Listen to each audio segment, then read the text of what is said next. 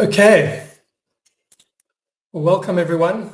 Good morning, good afternoon, good evening, wherever you are in the world. Great to have everyone here. As I say, there are 600 people in the webinar, so that's fantastic. It's a massive turnout. We appreciate your time and joining us here. You'll see there's quite a few of us here.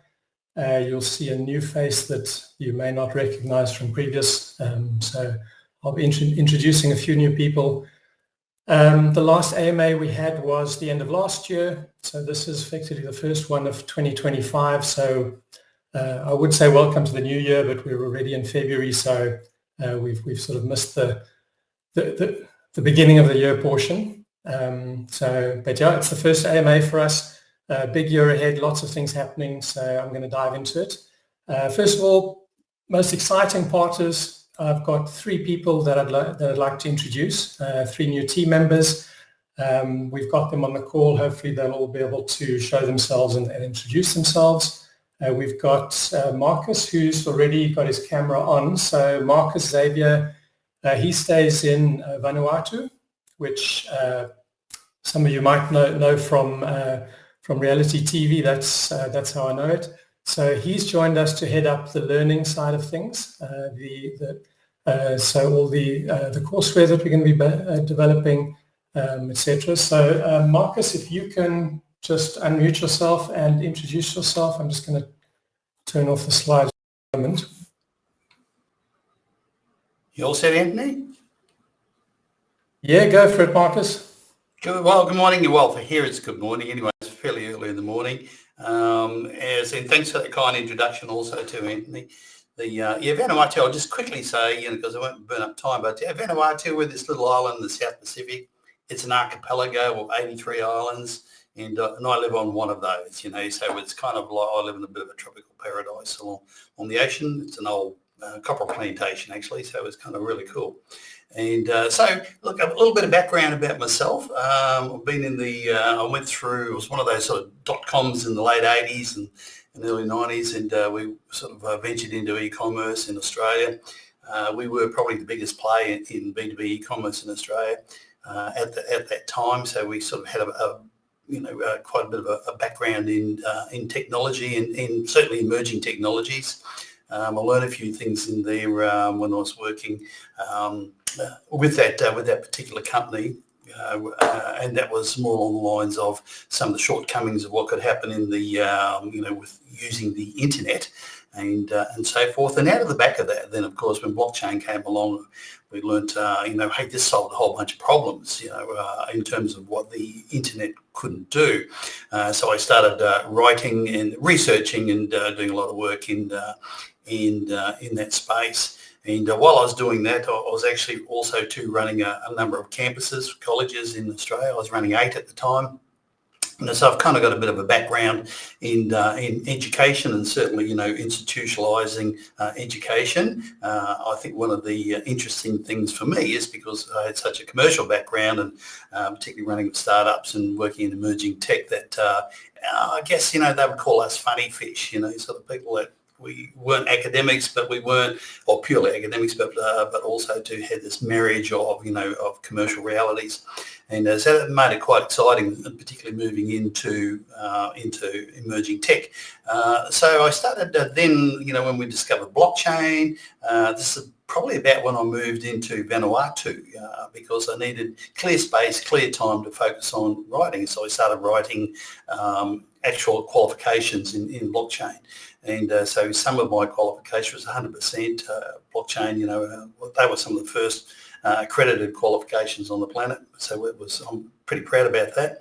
And, and I've still got some a couple in there with regulators at the moment, one bachelor's degree and another in applied blockchain, another one in artificial intelligence.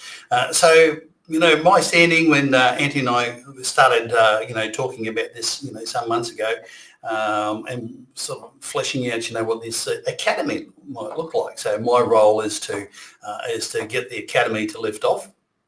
and what does that actually mean? And I think Antony, pointed out there was, some learning, some teaching about the things that, that BlockDAG can actually do. And I guess, what underpins the Academy is going to be sort of develop skills and knowledge for people that are actually going to be working on the blockchain, in particular, the BlockDAG network.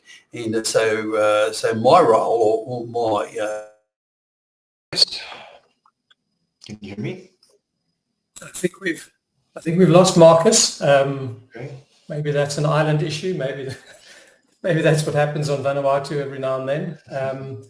I think what you did pick up, Marcus, was just talking about the Academy that he's going to be spearheading. So, I mean, that's a very exciting initiative. So I'll cover a little bit more later. But you'll see Robert's just popped up. Robert Radak, he's in Zurich, and he's a product manager. He comes from a background of DeFi, working a lot in the crypto space and blockchain. So if I can ask Robert, if you just want to introduce yourself, that'll be great. Thanks. Marcus is with us, but yeah, sure. Antony, thank you for that. My name is Robert Radek. I'm based here in Zurich, Switzerland, very close by to beautiful Crypto Valley. Actually, I've been involved in crypto for many years. I've established one of the first crypto foundation in Poland back in 2013. Since then, I've been working as in the product-related field in many startups and many companies, mostly related with digital assets. Just like Antony said, I specialize in DeFi and blockchain. And in the last 3 years, I was responsible for building a marketplace for borrowing and lending, where we targeted financial institutions who hold crypto assets. In 2024, we made almost $1 billion in transaction volume. Now I'm part of this great team. I'm very excited. Let's build great products for our community, and can't wait to join more. Yeah, thank you. Okay, great, Robert. Good to have you on. We're looking forward to some exciting stuff coming from you. And then the third person that we've got is Joshua. I'm just trying to see if he's actually been able to come on. So Joshua's joined us on the mining side. He's run his own mining farm.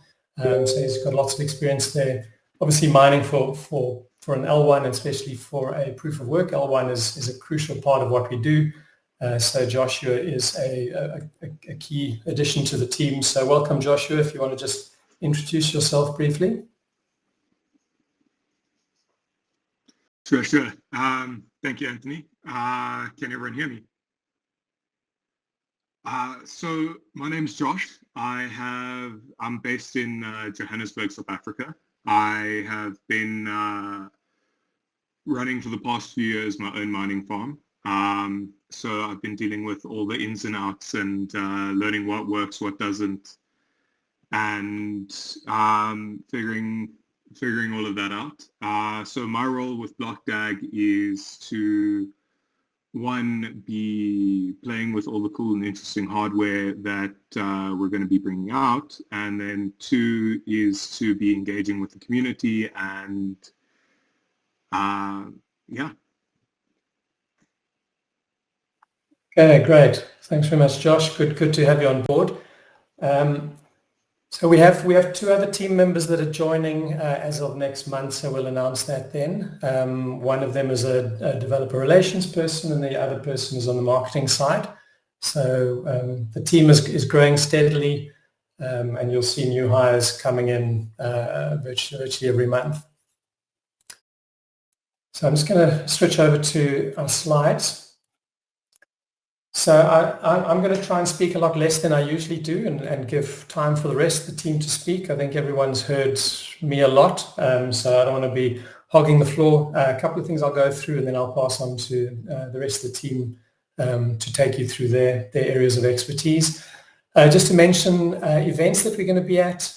We haven't done this in the past. This is something that obviously now in the launch year, if you want to call it that, we're actively gearing up for. ETH Denver, we're actually not there as a company, but we've got what we call our blockchain army. swag wearers who are going to pitch up. They've been tasked to walk around to get exposure for us. We've put out some comms around people who are in the area that are keen to go to ETH Denver. If you're one of them, if you're able to go, we'd love to have you there. There's a bag of swag for you which you can pick up, and you can represent BlockDAG there. So that's a bit of a stealth approach to being there. Then we have ETH Canal, which is in Panama. Stephen is based in Panama, and that's the connection. What's nice for us there is it's a smaller event, which means we are effectively, I'd like to say the headline sponsor, but we've taken up I think one of the biggest sponsorships. So we'll be all over that. It's a smaller, more focused event, so I think we'll actually get a lot more out of it as opposed to some of these massive events. So that's our first one. Blockchain Paris Week, that is, I'll be there and possibly a couple of other people, but that's we're not there with corporate event being there corporately. The other two is Token 2049 in Dubai, which we're looking at how we attend that, and then the big one for us is Singapore towards the end of the year. I mean, given that I think it's the end of October, I can safely tell you that we will have launched by then. So for us, that's our coming out party, if you want to call it that. I mean, so we're going to make a big splash there. That's going to be the big one for us. So Token 2049, if you're anywhere near Singapore, we'd love to see you join us. Moving on, so BlockDAG Academy, as Marcus said, I mean, he's going to spearhead that. He's got lots of experience. It's not just building tech courses, it's about understanding how you educate, how you put these things together. So he's got the right sort of combination of an educationalist as well as the blockchain and crypto side of things. Just briefly, and there'll be more comms as we start thrashing this out, but we're approaching it from sort of three levels. The first is general crypto information. There is a lot out there, but this we'll curate, we'll make sure it's good. It covers general, keeping yourself safe, using wallets, trading, those sort of things. So it's more general purpose. The second level will be more around BlockDAG. So some of you might have seen the presentation that Maurice gave last year, which was about the mechanics of a DAG and the BlockDAG and how it works. So it'll be those sorts of things. It's more about us and how our chain works, what's different about it, etc. But it's not dev specific. And then the third one is I mean, the more typical one is how do you develop on or with BlockDAG? So that gets closer to the developers and the builders. I think what's important is we're not just trying to teach about technology. This is about creating sustainable and thriving businesses. It doesn't help that we give a grant to a company. They have fantastic tech. We give them some money. They build it. They launch it. But eventually, 3 months later, we found that they've gone under because they couldn't run the business that they created. So a lot of this is more around sustainability as well. So that'll start coming through in what we put together for that. Just touching on tokenomics and bonuses. This is probably going to come through when we get to the Q&As. It always does, and it always will. And there have been a lot of people reaching out through many channels. So it's not that we don't hear you. We hear everyone. I'm on all the channels. I've got people even trying to get hold of me personally, which I prefer not to obviously take. So if you do reach out personally, I will ignore you. So rather use the correct channels. But yeah, so I think there's two things to discuss. The first is a general feeling from early investors that they bought into the project, they committed to us, they trusted us.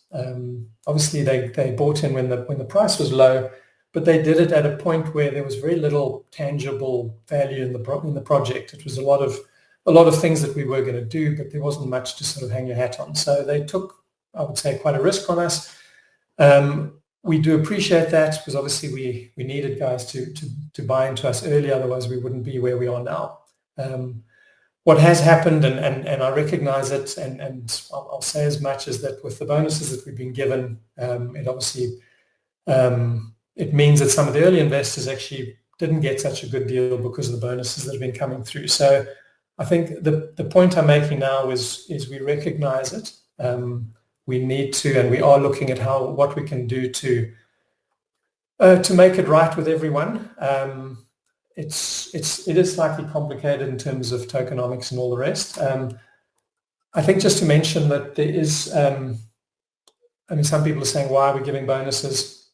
Obviously, it's important that we do achieve our funding goals. We're not targeting the 600 million anymore, but we still have goals that we'd like to meet. So we are using bonuses. It's arguable that maybe we've overused them, but we've used them where we felt we needed to. So I think what I'm saying now is really we will look at something, some way of making good with early investors who trusted us when they first joined. The second one is just reviewing the tokenomics. Now, especially looking at the X1 miner, the Tap miner specifically, because there's a lot of people earning a lot of tokens through that. And just generally bonuses in overall. It was never envisaged. There wasn't sort of a category for bonuses. So these are things we've sort of started, we've been distributing, but we haven't had a specific category in terms of where they fit, what the vesting period is, etc. So we're looking at what we do there. They certainly will vest. They won't be available immediately. That would be crazy and damaging to the chain. And ultimately, we need to do what's right for everyone. So not just the person earning the bonus, but everyone else who's bought into the project.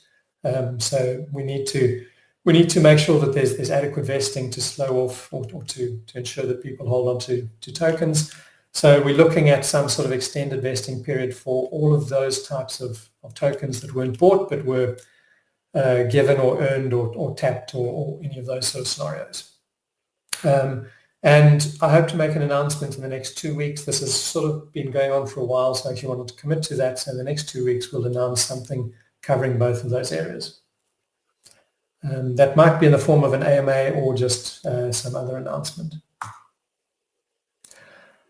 On the mining side, again, this is another big topic that comes up. I'm going to leave it to Jeremy to go into some of the details of what we're doing, but I just wanted to mention it seems like nothing's happening there, and it's been a long process. It hasn't been easy. Being totally open with you, we underestimated the challenges of doing this, working with Chinese manufacturers on different languages, and just very difficult to get buy-in. We had guys who we thought we were working with, and those turned out to be the wrong avenues. We've now found 2 very good manufacturers that we're working with. The actual manufacturers as opposed to suppliers. They are 2 of the largest in the world. Unofficially, I'll mention one of them is Bitmain, but we have 2 options and we're exploring both of them to make sure we pick the right one. Obviously, Bitmain being who they are, that's an absolute win if we can get them, but we're having pretty good conversations with them and another partner. But yeah, I just want to I think what's important here is picking the right partner. So we could have probably rushed things through and gone with a previous supplier, but it would have been the wrong choice. So we now know that between the 2 of them, we're on the right track, and Jeremy will take you through sort of the actual next steps in that regard. That's all on my plate. Obviously, I'll be here at the end for the Q&A, so I'll handle some of the specific questions. But if I can hand over to Stephen to discuss the ecosystem side and the development he's doing there. Hey, everyone. Hope everyone's having a great day. It seems like we're at 822 people now. That's amazing, and it kind of, the attention that we're getting is one of the reasons why we've been strategically planning what I'm going to discuss, just share logistics. We're not just a protocol, we're an ecosystem built for builders, innovators, and community leaders. And we want to make sure that we can support everyone that is going to join our community and, support them through grants, hackathons, and ambassador initiatives. So one of the things that we laid out there was the $30 million grants program. It's super exciting, and the grants.blockdag.network URL is live. We'll open the doors fairly soon. I just want to speak really quickly on the logistics of reviewing grant applications. And we know right now we have 818 people on this line.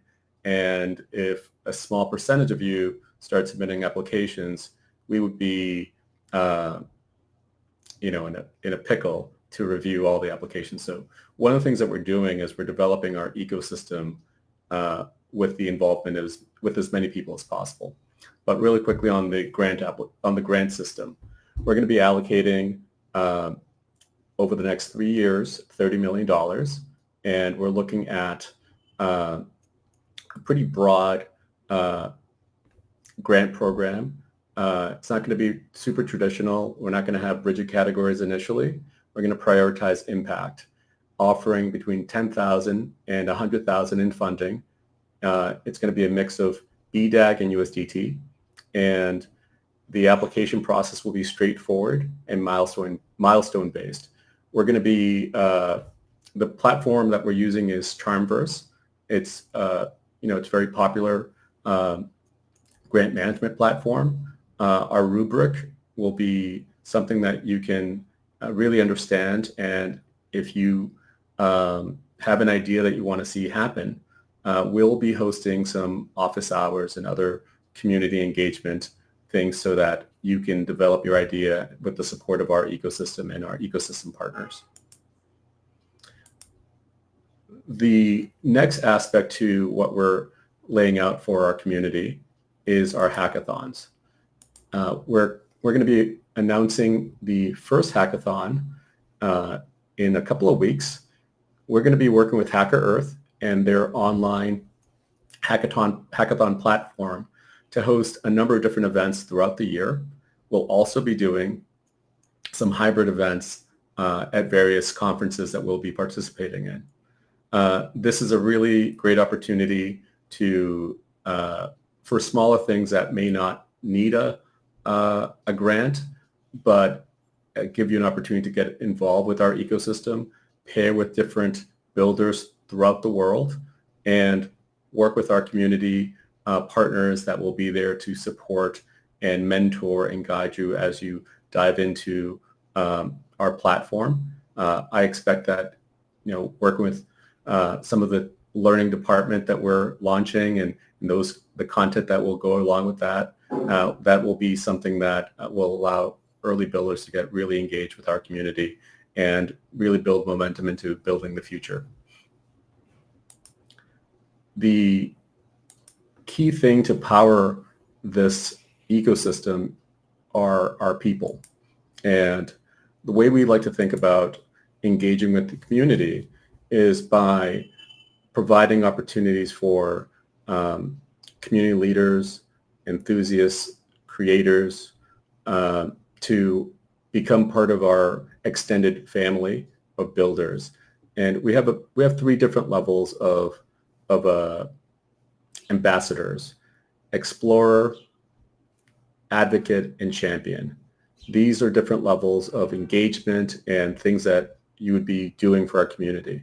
We're going to have signups available fairly soon, within the next week or so. Our website will be updated, the ecosystem page. All these programs will be detailed, and you'll be able to sign up and join the program and win some rewards. We really want to make sure that our community is incentivized to both participate and help us. We hope that we can rely on the ambassador community to help us review grant applications, participate in hackathons, and really help us build together the future of blockchain technology. If you have any questions, please let me know, and I'll pass this on to our CTO, Jeremy.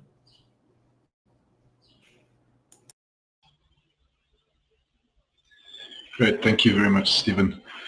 Hi, everyone. I'm thrilled to be back again for my second AMA with you guys. Today, we are announcing our next beta test release, so I'm going to be spending some time talking about that. The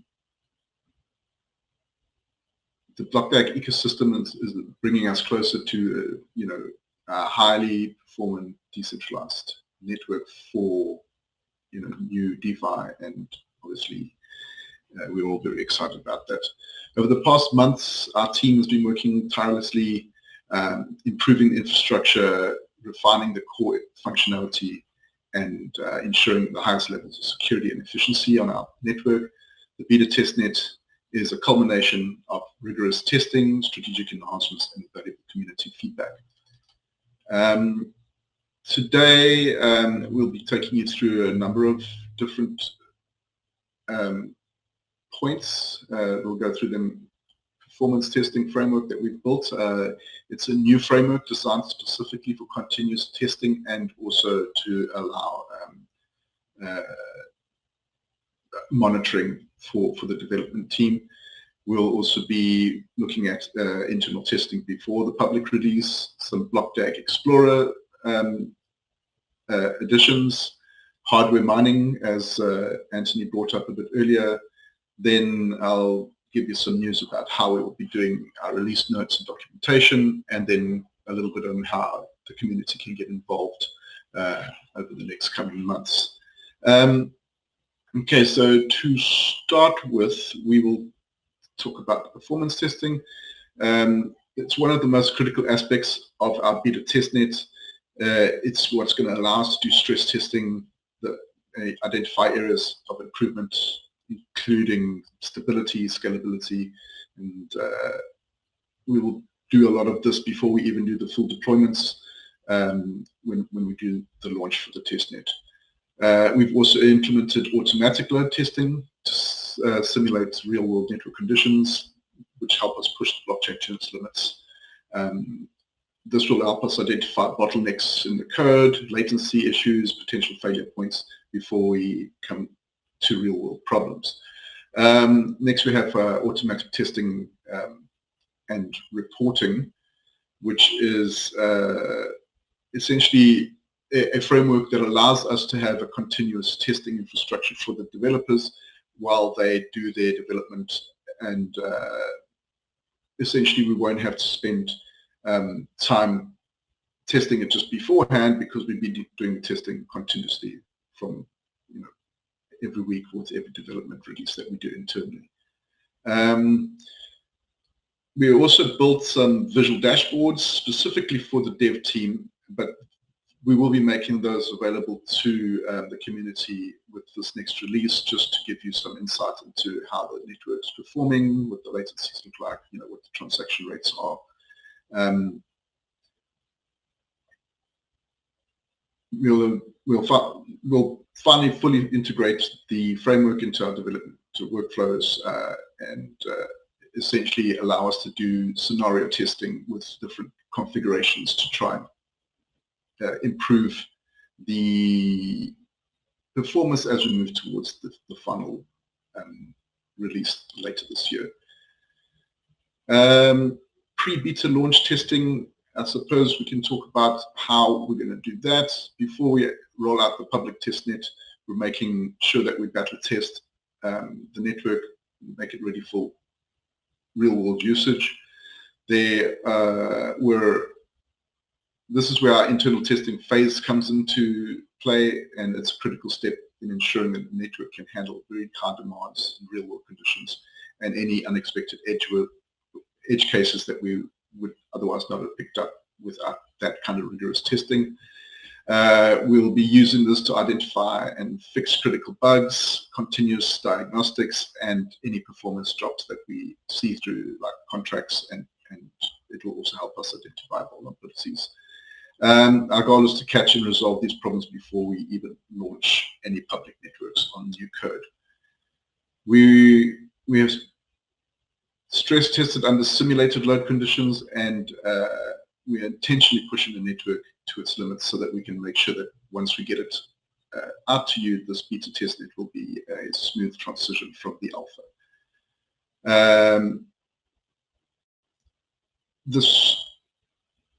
Why does this matter to us? I suppose it's because we want to make sure that BlockDAG is not just a working blockchain, but a performant, flawless, and high-performant blockchain for real-world conditions. Okay, let's take a look at the enhancements that we're looking at. Okay, so one of the, I suppose, one of the big changes that you're going to see is a bunch of enhancements to the BlockDAG Explorer. You're going to include a lot of really powerful tools that will aid our ecosystem. This release will be revamped and expanded, and it'll provide capabilities that you haven't seen before, like real-time, transparent, and user-friendly blockchain data access, what smart contract listings, detailed views of deployed contracts, including transactions, token holders, smart contract events. Developers will be able to use this to easily track their interactions with their deployed contracts. You'll be able to see real-time monitoring of ERC20, ERC721, and ERC1155 token contracts. This will provide token distribution insights and transaction history and liquidity tracking for the developers. We have introduced something called Node Visualizer. It's a graphical representation of our network nodes, enabling users to see where they are geographically located, and then also how the transactions would be flowing across our architecture. We have contract visualization, contract verification. This will allow developers to verify and authenticate their smart contracts and their code directly within the Explorer using transparency, security, and trust within our network. So it doesn't matter whether you're a developer, validator, trader, or casual user, the BlockDAG Explorer is now going to provide a lot of essential tools that you'll need to interact with on-chain data and functionality. Okay, we can move on to mining equipment. Let's take a look down here. Okay, so we are in the final stages of the choice and the configuration for the mining equipment. And what we want to try to do in the next couple of weeks, maybe within the next month, is select a group of beta testers, which will be maybe around 30 people that we identify based on the fact that they're already running a software mining node and have the experience. So we'll be looking for a bunch of people from the community, and I think even maybe up to 100. I see on the slide, which is different to what I was thinking earlier, but essentially up to 100 different people will be selected to beta test the mining equipment. The current node operators, obviously, that are running the software mining will be asked to apply, and then we'll select the people from that group. The goal is to, not just distribute a bunch of miners early. It's to allow beta testers to find any gaps that we might have in the configuration methodologies and or in the hardware configuration, so that when we do deliver the final product, it's a smooth and easy process. So I suppose this is just the beginning. We will be using the feedback we get from the community to then scale up manufacture, getting ready for delivery with our partners. Okay, we'll move on to release documents. I think we might have overlapped each other here. Let me just go back. Okay, so up to now, we've run most documentation through the main website, so we're going to be changing that as we move forward with the beta release. So I know it's really important for the developers and the community to have extensive documentation. So included in this documentation will be documentation on how to interact with our beta testnet, step-by-step guides on how to connect, send transactions and query data. We'll deploy verifying contract, documents on how to verify and deploy your contracts, documents on how Explorer IDE features work, and best practices for security and development guidelines for the community. These documents will be put onto a new Gitbook portal, which we'll be launching with the beta testnet, and we will be looking for feedback. If there's anything missing, you guys can let us know, and we will endeavor to include additional documentation when it's asked for. The important thing for the community is how can you get involved and help us, become better. So what we'd like to do is give you the opportunity to shape the future of BlockDAG. So we're encouraging active participation from the developers, from the community, and essentially you might be wondering how you can do that. The best way is to deploy and test contracts, do as many transactions as you can, use the BlockDAG Explorer as much as you can. If you find any bugs or security vulnerabilities, we will be launching an official bug bounty program, which Youssef will tell you a little bit more about. But essentially, we're looking for feedback from everyone in the community so that you can help us improve before we do the final launch. Our development team will be actively monitoring the community and addressing any concerns so that we can keep improving.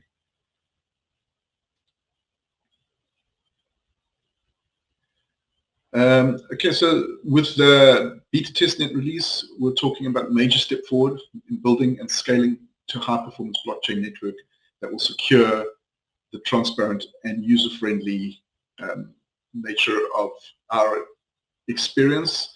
And we really appreciate the support, the enthusiasm of all the contributors and our community of developers, which we will be building over the coming year. And I think you will all play a crucial role in shaping how BlockDAG looks in the future. Thank you for being part of our journey. I'll now hand it over to Youssef to tell you more about security.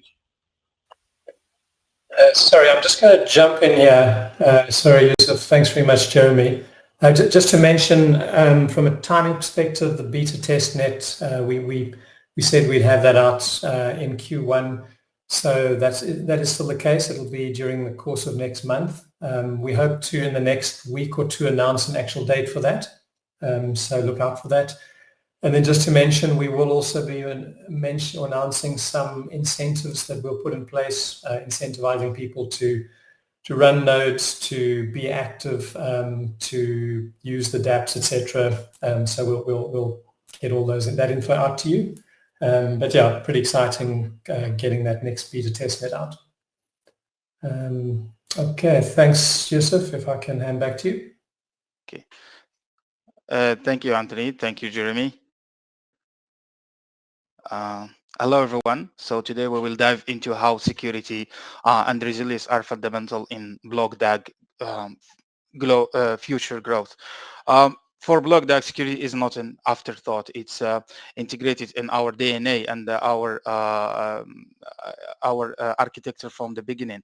And this is a proactive approach to ensure that we stay ahead of a threat, not just, react after the threat happen. And most of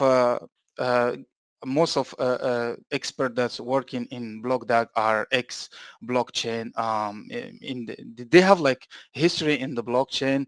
So those who filter them from history are forced to repeat the past. So in BlockDAG, we try to learn from other people. History, to learn from other blockchain mistakes in order to not make them again. So here in BlockDAG, we innovation help us grow, but security make decentralized network work for everyone and everywhere. At BlockDAG, we are not building just technology, we are building trust, a trust that ensures user, developer, and business can rely on a system that is resilient, secure, and ready for the future. As I mentioned, security is our best and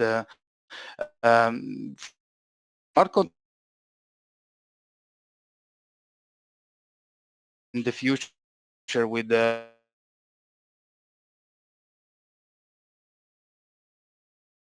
that we pass it to Harkness is a big company in terms of contract audits. So as you see here, it's a pass. So all vulnerabilities are passed. And if you see that they found like 12 vulnerability. One of them is a critical, 0 high, 5 medium, 3 lows, and 3 informational.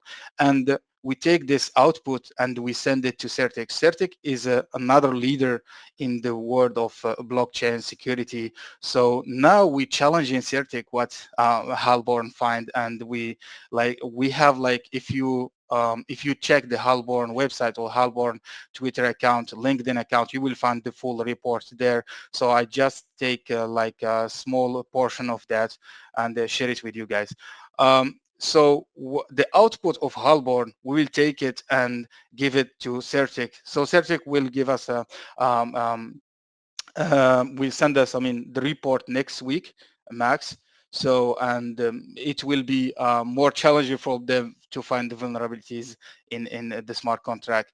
As I mentioned before, we have like internal audit. After that, we have 2 third party. We have the first one, which is Halborn, the second one, which is CertiK. We will do the full audit, security audit for every component, because every component matter for us. We don't leave and we don't negotiate a blind spot in our network. So we will start from protocol, consensus mechanism, security, network security, smart contract, also cryptography security. We will prove that these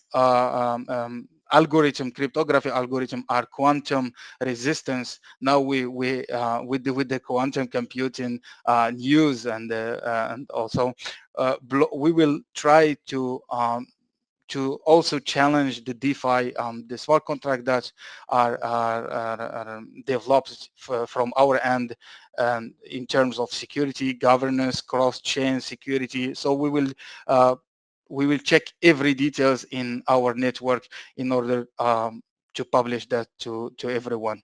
And also security, as I mentioned, it's one of the biggest issue in the history of Web3. So that's why we have another layer of security, which is a bug bounty program. So bug bounty program, now we are in process speaking and challenging some companies well known in the bug bounty program, such as HackerOne. We will move to other Web3 bug bounties companies like Immunify, Sherlock's, and others. Bug bounty, we will give opportunity to ethical hacker to find vulnerabilities, to challenge them. I mean, it's it's the 4th layer of security we add here. And also we will start as a private program in a bug bounty program, and after that we will move it to public program. Thank you guys. If you have any question, I'm here to help. Yeah, thank you. Thanks, Anthony. Yeah, thanks very much, Youssef. Just to mention one of the slides there, well, the slide on the full audit, I think I put a date in there which I still needed to verify with Youssef, but given the list of everything that needs to be verified, it's probably, let me just go to that slide. I think I was, this target completion of July for the full audit. That's probably a bit hopeful, just given the scale of it. Just to mention that, otherwise everyone's going to say, well, what happened to July 2025? There's a lot to be covered. We've started the planning with the security guys, and they're starting to look at architecture and everything else. So that's quite a long process to go through all of that. And there's certain areas that we can't start because we're still doing some quite heavy development within the core of the blockchain. So obviously you can't be starting to do security analysis on things which are still changing, because then it's a moving target. So there needs to be a level of maturity with what we finished, which will come soon, and then they can start that. Yeah, so I just wanted to mention that July is probably a bit premature from a date perspective. I think that covers everything. In which case, I'm going to open up for questions from the floor, unless anyone else on the team has any last minute, any other comments to make or any other discussion points there on their side.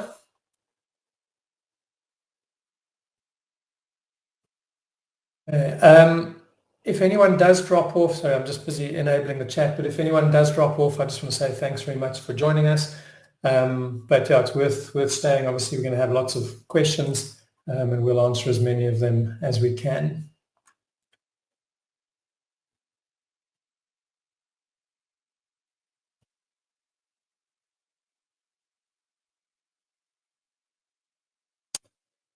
Okay, I'm just going to pick some, and then the rest of the team, please also pick as well and handle, so it's not just on my side.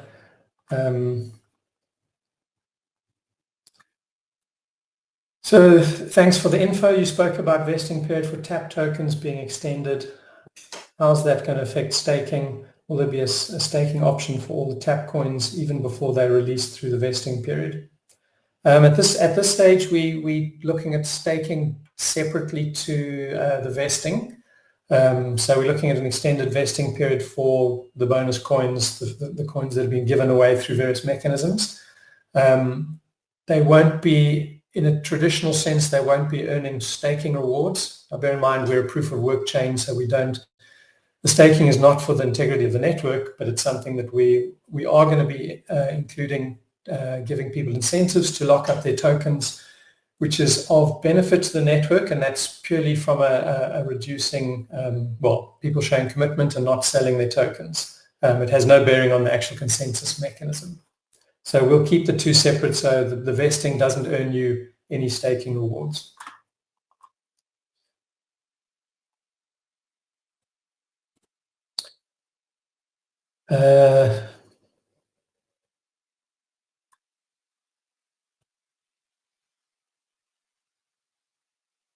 Right, guys, if the rest of the team also want to go through the questions. There's a question, is the go live date July 2025? We will announce the go live date in the next month roughly. Obviously, the important thing, there's two important things. It's technical readiness. So we've got an audit to do, we've got a chain to build and complete. We've got DeFi components to finish off and a bunch of other things. So that needs to be in place. And then also the market needs to be ready.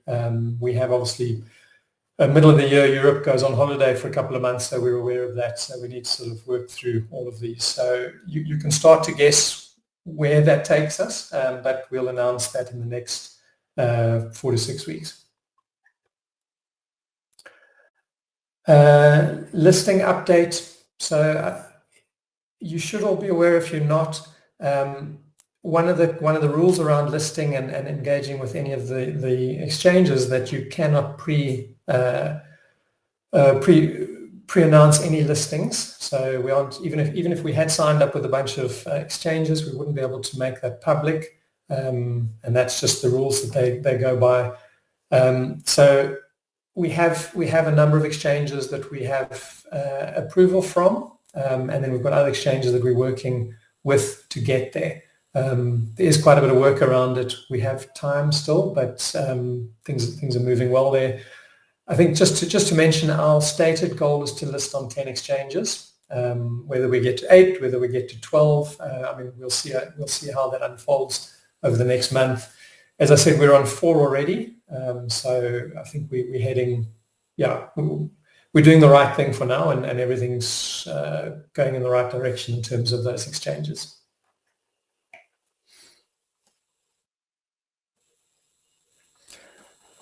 Final spec for the miners, we don't, and that's because we've got 2 manufacturers with slightly different machines. As soon as we can, and I know everyone's waiting for them, everyone wants to build up their mining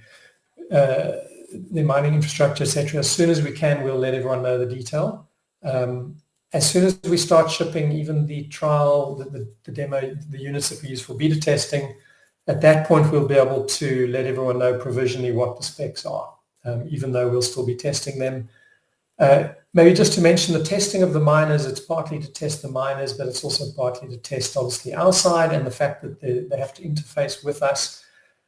And we've also gone the route that they're using an open communication standard, which allows them to talk to existing mining pools. It allows people to set up quite easily small mining pools of their own, and also allows people to mine solo as well. So there's quite a bit that we have to test. So that's the intention of that period when we have beta testers. Staking, there is a plan to stake. We're busy building the dApps around that to make that possible. We'll launch that before, probably a month before we go live. So there will be the possibility to earn some staking rewards even before we go live. But as soon as we've got more detail, then we'll let you know. And those will be the typical sort of probably 3 months, 6 months, 1 year, possibly a 2-year staking bucket as well. And I can't give you APYs yet. We need to still work through some modeling on that before we give the APYs out on that. There's some questions which are sort of some support related about password resets, etc. Just to mention, so in the past we've channeled support through our email, so people would be encouraged to send their issues through to support@blockdag.net. We mentioned previously we were signing up, or we were getting set up on Freshdesk. That's up and running now, so we're going to be and actually, if you go to the website now, if you find the support page, you can start logging your support issues directly through a portal. The nice thing is you get an immediate response saying that your support issue has been received. You can also see the status of it as it changes. So we're getting a lot more professional around how we manage support. We'll also then be depreciating the support email, because we want you to do a little bit of work when you enter the support item, so that we know whether it is technical, a buying issue, or a wallet issue, whether it has something to do with, for instance, Testnet. So anyway, there are a few different categories which you'd need to choose as you log them, which makes it easier for us to obviously prioritize and manage the support that comes in. I think I can make a comment about the X10. We're in active development at the moment. Final shipping dates, I suppose, are still in flux, but we are currently working on integrating the X10 into the backend so that it will be managed through the X1 app. But released or final shipping dates haven't been, we can't confirm that at this point. Thanks, Jeremy. There's a comment here that Eric Trump has stated he would like to see US-based cryptos become capital gains tax-free. Obviously, with the changes in Trump coming in, there's a relaxation towards crypto, so things are a lot more favorable from a US perspective. We have looked at that to determine, is it worth changing where we're based, or changing our plans in terms of, for instance, where our foundation is set up, etc. Right now, the advice from our lawyers is not to go that route, as in it's not clear enough yet. I mean, there's obviously good indications. It seems like there might be opportunities, but it's to make a big change like that with the information we've got, it's just a bit too premature. So for now, we're obviously monitoring it, and we're making sure that we keep abreast of the regulatory side of things in terms of MiCA and US and any other regulations. But right now, we're not making any changes and getting closer to the US necessarily. There's a question on burning tokens. So our current fee structure is, we've gone with a split fee structure where 50% goes to the miner. In a lot of the other proof of works, 100% goes to the miners. So in our case, 50% goes to the miners, 25% goes to BlockDAG, the chain, and 25% goes to the builder that brings the business to the network effectively. So there's incentive there. We pass back to the builders when they bring projects to us. The 25% fee that goes to BlockDAG, that's the opportunity is to burn that. We haven't made a decision on that yet, but those are the fees which potentially could be burned to obviously counter any inflation that mining causes. There was a question. There was a quick question on brand ambassadors. When will we be able to apply? The website is being updated now. We have the content that's ready to go live. So within the next week or so, you should be able to apply to be an ambassador within the BlockDAG ecosystem. I think I might just address this as well. They were asking about the 100 miners that will be selected. The question was, would they be decentralized all over the world? The answer is yes, we'll be selecting the miner beta testers to be as distributed as possible so that we can get the most realistic representation of the final blockchain as far as, for instance, block propagation times and delays. So yeah, there'll be 100 and they'll be spread around the world. Yeah, I think maybe just to add to that, in terms of our testing, the testing we do, we use AWS and we spin up instances in different geographic regions. So I mean it's reasonably reflective of a distributed network. Obviously, nothing beats having 100 or 200 or 300 nodes out there spread around the world on different networks with different levels of latency and different problems. So that's why we want to encourage the next testnet that we have a lot more nodes running. Last testnet, I believe there were about Jeremy, did you mention there were about 200 nodes that were running? Or that are running currently on the current testnet? I think we went over 300 at the moment. So okay. I don't know the exact number, but the devs were saying something like over 300. And that just brings me to a couple of people asked the question like how many developers are working on the BlockDAG project. It's actually quite a lot because there's a lot of different things going on. If you count what's happening around the mining equipment, what's happening around Block Explorer, what's happening around the X10, the X1, there's literally probably 50 to 100 people at any one time, but I'd say on average somewhere around 50 people working on the project simultaneously on different things. Yeah, I think that the thing that complicates it is there's a diverse set of skills there. I mean, we've got the X10 where we actually prototyping hardware. We've got the miners where, okay, we're not prototyping hardware, but there's a lot of hardware involvement. Then you've got different tech, whether you're building a blockchain versus whether you're building an explorer. So you've got different, you've got Go versus JavaScript, you're running on Node or you're running on RPCs. So lots of different tech, which requires quite a diverse team with different skills. Again, lots of questions on the launch date. I think I've covered that. We'll announce that in the next 4 to 6 weeks, sooner rather than later, hopefully. There's a question, will coins be sent to wallets all in one or phased? So currently there's the vesting is for the pre-sale, the vesting is set at 40% upfront. So when we go live, you would receive 40%. And then there's 20%, 20%, 20% for the months thereafter. So that's the current vesting for the pre-sale. Obviously now I mentioned that we're looking at what sort of vesting schedule we'll use for all the bonuses and for any of the other giveaways that we've done through the project as well. Questions on delivery date on the rest of the miners. So I think, I mean, we have to, the 100 miners, that's part of the roadmap of getting these out and making sure that we don't do anything that bites us later. So, I mean, with both manufacturers, we potentially could almost ship right now, but it would be very foolish to do that. And that's just because we haven't really tested. So as much as we're almost ready. So when we ship the 100, we potentially could ship a lot more because they both got capacity to ship a lot more. But it would make no sense to do that. We really do need to do this test. So that's pushing things out, but it's for the right reason. Just to mention as well, and it's been brought up before, that these miners are specific to BlockDAG. So they can't be used to mine on other chains, and other equipment won't be able to be used to mine BlockDAG either. So the reality is, even if you get your miner next week, there's not a whole lot you can do with it besides use it as a large paperweight or heater if you're in a cold environment. There's a question on the halving function. So obviously Bitcoin has a a real halving where every 4 years they actually halve.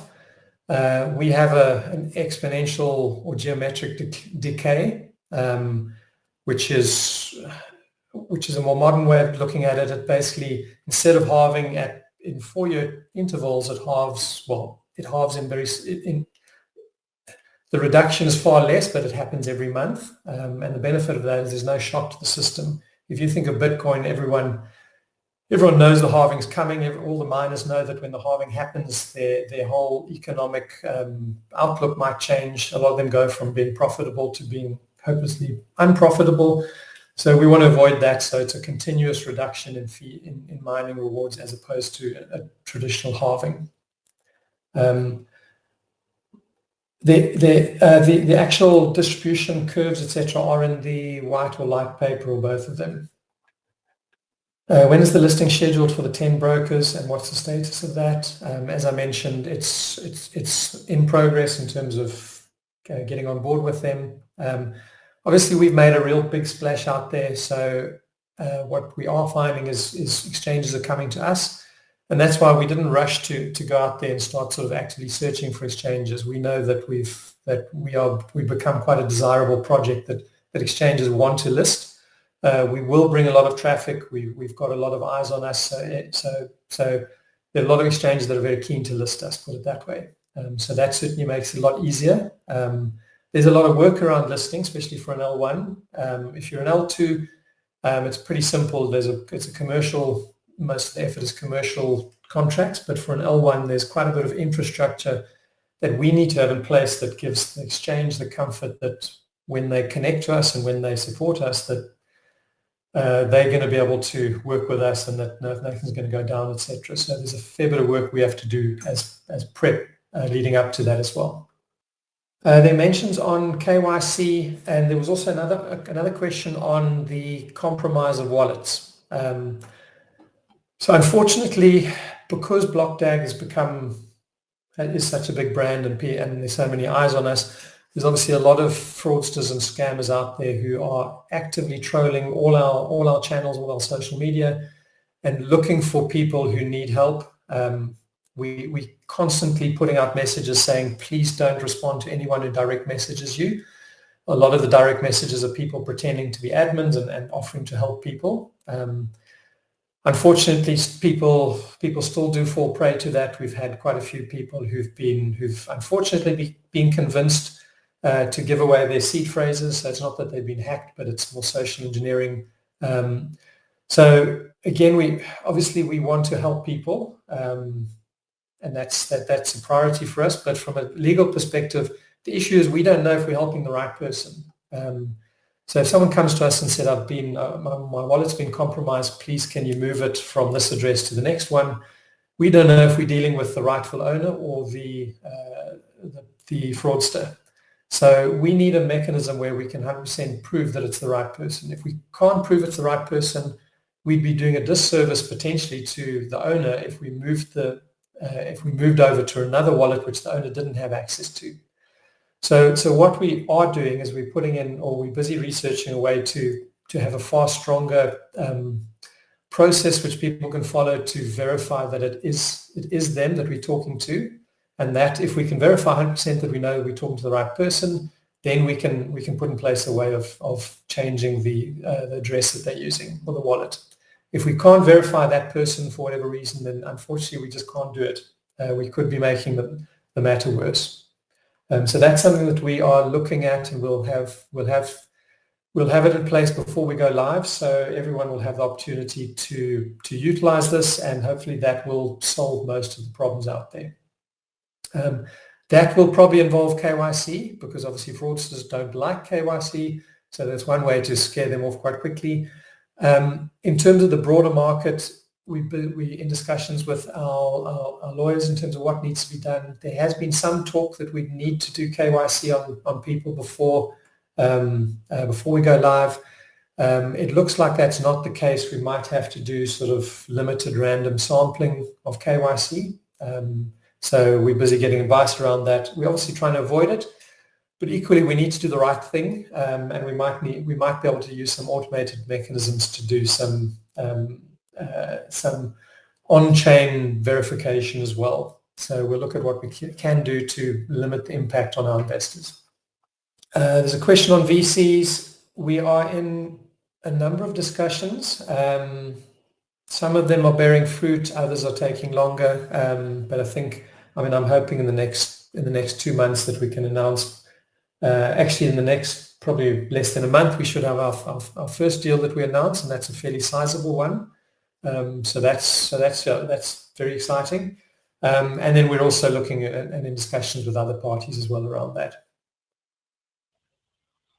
There's a question about how many X10 devices we'll be delivering. Currently, I think there's around 1,500 that we will be going up with. I think, Jeremy, there's quite a few more than that. Oh, okay. I think the numbers that you've got that I gave you way back, they've swelled quite considerably. So I think we're probably close to 5,000 or thereabouts. I don't have the exact numbers now. Okay. There are a lot of them.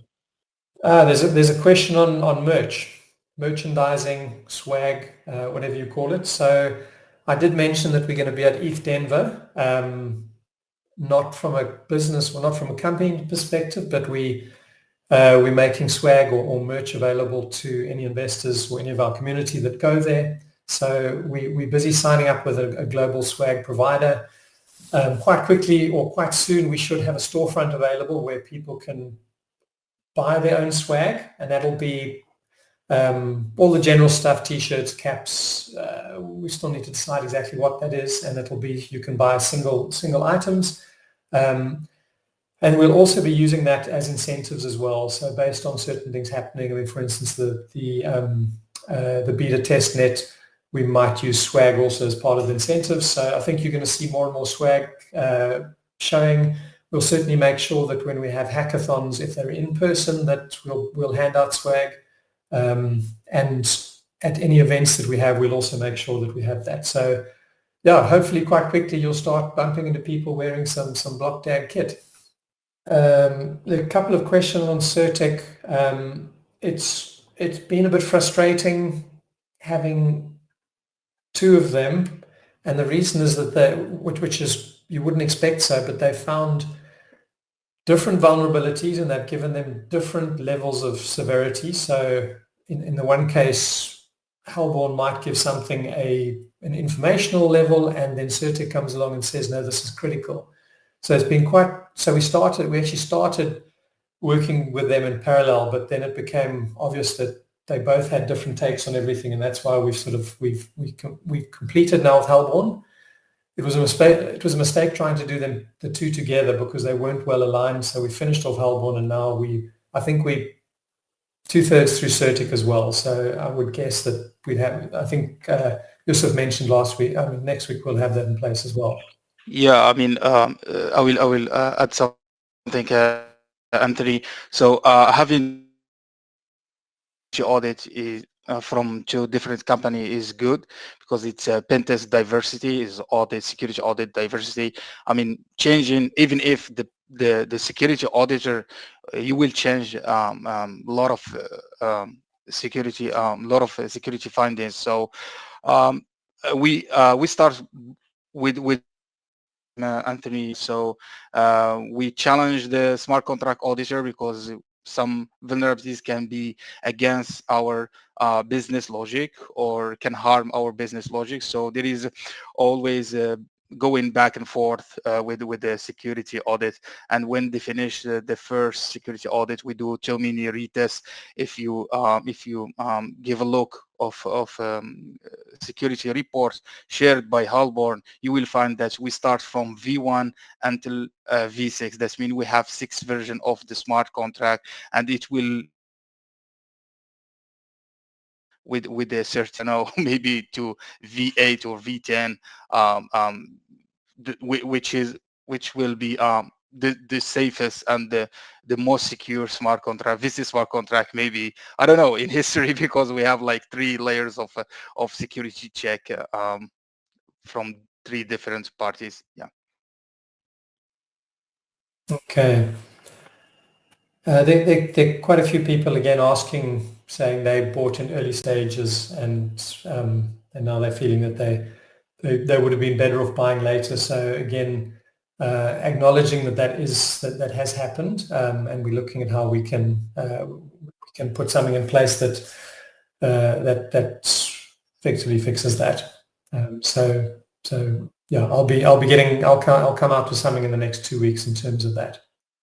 Third-party mining, the question is, are we still looking to offer third-party mining? So the time when a chain is most vulnerable is when it launches. Low transactions, low number of miners as they start coming on. So that's the time when we'd be most vulnerable to a large pool of miners coming along and exercising a 51% attack. So it's specifically for that reason at the beginning that we wanted to know that the miners that we ship are the only ones that are going to be mining on our network. So we can manage them. We know if they're going to be any big pools because we know who we're shipping to. So we're quite sort of aware of where all the miners are going. So we've made that choice. It protects the existing miners. People who bought miners, they will have a period where it's just them mining. Obviously, anyone can buy the miners, so there will be more people coming in. They'll be able to buy through the manufacturer, whether it's Bitmain or the other party we're using. And over time, it will become more crowded. There will be competition, etc. The rewards that miners earn will decrease as happens with all chains. So there won't be third party, but anyone is open to buy the miners, and they'll do it directly with the manufacturer. So we'll step out. We're not going to carry on selling miners for much longer. We'll announce a final date where we'll stop selling, and then thereafter they'll be available directly through the manufacturer. I mean, we've covered a lot of questions. There are quite a few more here. I think quite a few are repeats of what we've already covered. Anyone else from the team, if there's anything else that you think you need to cover? Otherwise, I think we can finish off then. Okay. We've been 1 hour and 20 minutes. So just to thank everyone very much for your time. I hope it was useful. I think it's good to have the rest of the team here. Also, great to be able to introduce the new members to the team. So I think, I mean, in future, there will be different people talking about different things, and there'll be obviously more information that we start sharing. And I'm hoping that some of the questions which we weren't able to answer very well previously, we will start answering them as we have answers for them. It's not that we just ignore you, but sometimes, for instance, on the mining side, we just don't have information on the specifications, so we can't make that up. So yeah, thanks very much for everyone for being here. I appreciate your time. The recording will be made available, so a link will go out with the recording, so you're more than welcome to replay it and distribute it to whoever else you'd like to do that. And then just to thank the team as well, Jeremy, Stephen, Youssef, thanks for joining me, guys, and thanks for your part in presenting to everyone. Thanks, everyone. Thank you, Thank you, everyone. Have a nice day. Cheers, everyone. Bye-bye. Bye. Bye-bye.